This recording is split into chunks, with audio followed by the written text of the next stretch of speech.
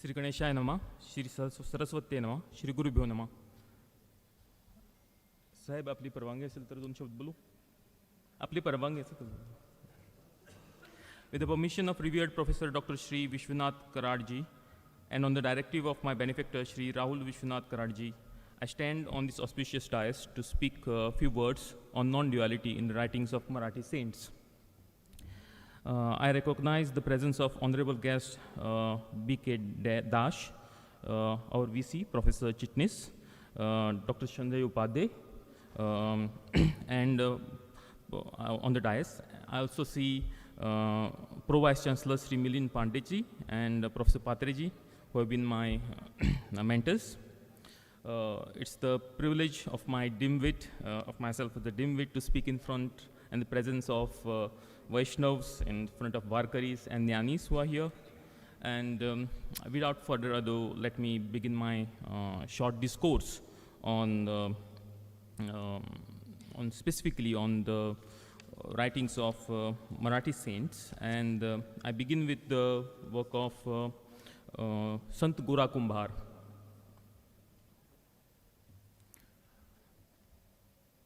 Yeah. So this is one abhang of Sant Gora Kumbhar which I have taken to speak on, and let me read the abhang for a moment, so that, and then we can proceed. निर्गुणाचे भेटी आलो सगुणा संगे, तव झालो प्रसंगी गुणातीत. मज रूप नाही नाव सांगू काही, झाला बाई काही बोलू नये. बोलता आपली जीवापै खादली, खेचरी लागली पाहता पाहता. म्हणे गोरा कुंभार नाम्या तुझी भेटी, सुखासुखी मिठी पडली कैसी. So this is a very famous abhang. We have heard it through the medium of Shri Ramdas Kamath, Gadima, Sudhir Phadke, etc. And I will discuss this abhang for some time so that we can understand what Sant Gora Kumbhar speaks about Nirgun, or the Advaya, or the God that we all worship in different forms. So the first line he says, Nirgunache bheti alo saguna sange, tava jhalo prasangi gunatita. To the meeting of one without the characteristics, I have come with the one with the characteristics. Means to approach the Advaya, the God who has no shape and form, I approach him with the Sagun God. Sagun God is the God with characteristics. Take for example the Vittal Vigraha or the Vittal Murti, which is in the Pandharpur.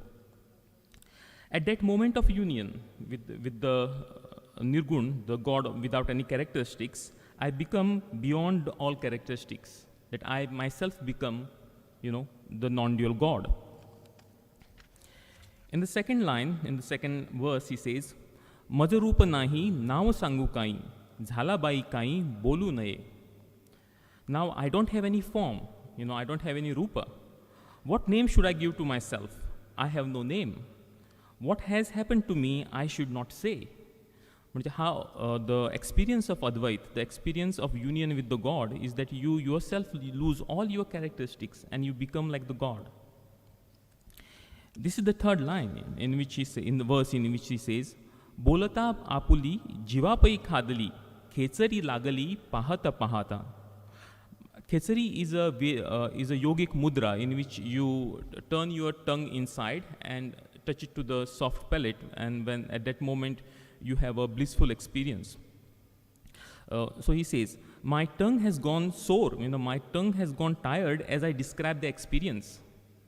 So he's saying that the experience of Advait, the experience of the shapeless, formless God, cannot be described by the words. Words have limitations.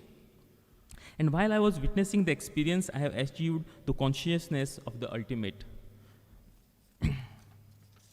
म्हणे गोरा कुंभार नाम्या तुझी भेटी, सुखा सुखी मिठी पडली कैसी.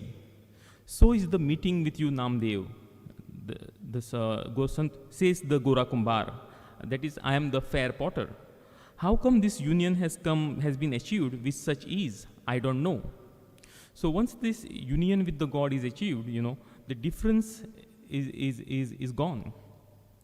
And so this is the experience of Sant Gora Kumbhar, who was a potter in Maharashtra, born in this land, and he had the knowledge of Advait, which is available to the greatest of Vaidiks or the Jnanis, but usually we believe that you have to be the greatest Jnani to understand what is God. But that is not true. God is available to each and every one of us, and this is the experience of a living saint, a saint who lived on this earth, in this land of Varkaris, and he experienced this. And if he experienced this, we too all can experience. So what is this non-dual monism that we are talking about? Let me just show the slide, which is the... Okay, non-dualism. So what is this non-dualism or Advait? It's the philosophy or a wisdom derived from the knowledge of the non-dual, that is the Advaya, and it's called Advait. Advait philosophy is the foundation of the most dominant form of Hinduism practiced all over the world. Talking about Advait is not same as knowing the Lord, who is beyond all characteristics, that the God cannot just be accessed by, talking and reading and things like that. What you have to do is you have to go beyond words, and you have to really worship the God and do its bhakti or devotion. Jnaneshwar Maharaj, who laid the foundation of the Varkari sect or the Vaishnava Bhakti that we see in Maharashtra, he says in his Advaitic philosophical treatise, Amrutanubhav, chapter 6, verse 1, Bap upege vastu shabdu, smarana dani prasiddu, amrutacha vishadu, arisa nave. So he says that the word, we have access to the God through our words, through our abhangs. If you listen to them carefully, if you sing them again and again, they will describe to you the God. So these are the two experiences of our great saints, through which they say, how can you experience the Advaitic God?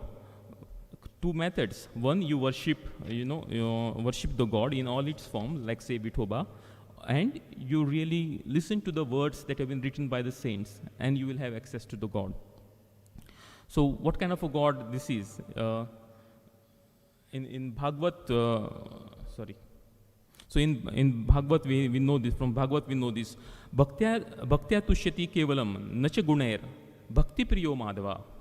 That our God is really pleased very easily by bhakti, by devotion, and by no characteristics of yours. You need not be a rich man, you need not be a knowledgeable man, you need not be, anything. I mean, there was in the case of Draupadi, she was being disrobed in the full sabha of Kurus, and her 5 husbands, who could have easily destroyed all the people who were troubling her, did not come to her rescue.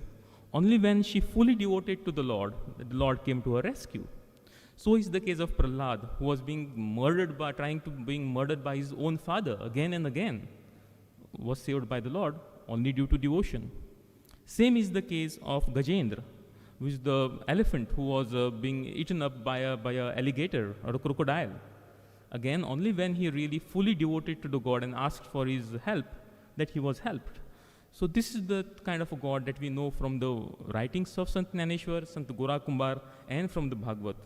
That this is a God who is easily accessible to us all, and accessible to the people, who worship Vithoba of Pandharpur through Varkari sect. And on this land is therefore such a auspicious land, and has given us very easy access to the Lord, who has no characteristics and is called Nirgun Nirakar Parabrahma. With this, I thank you all for listening to my words, and I much appreciate this opportunity for allowing me to speak here. Thank you.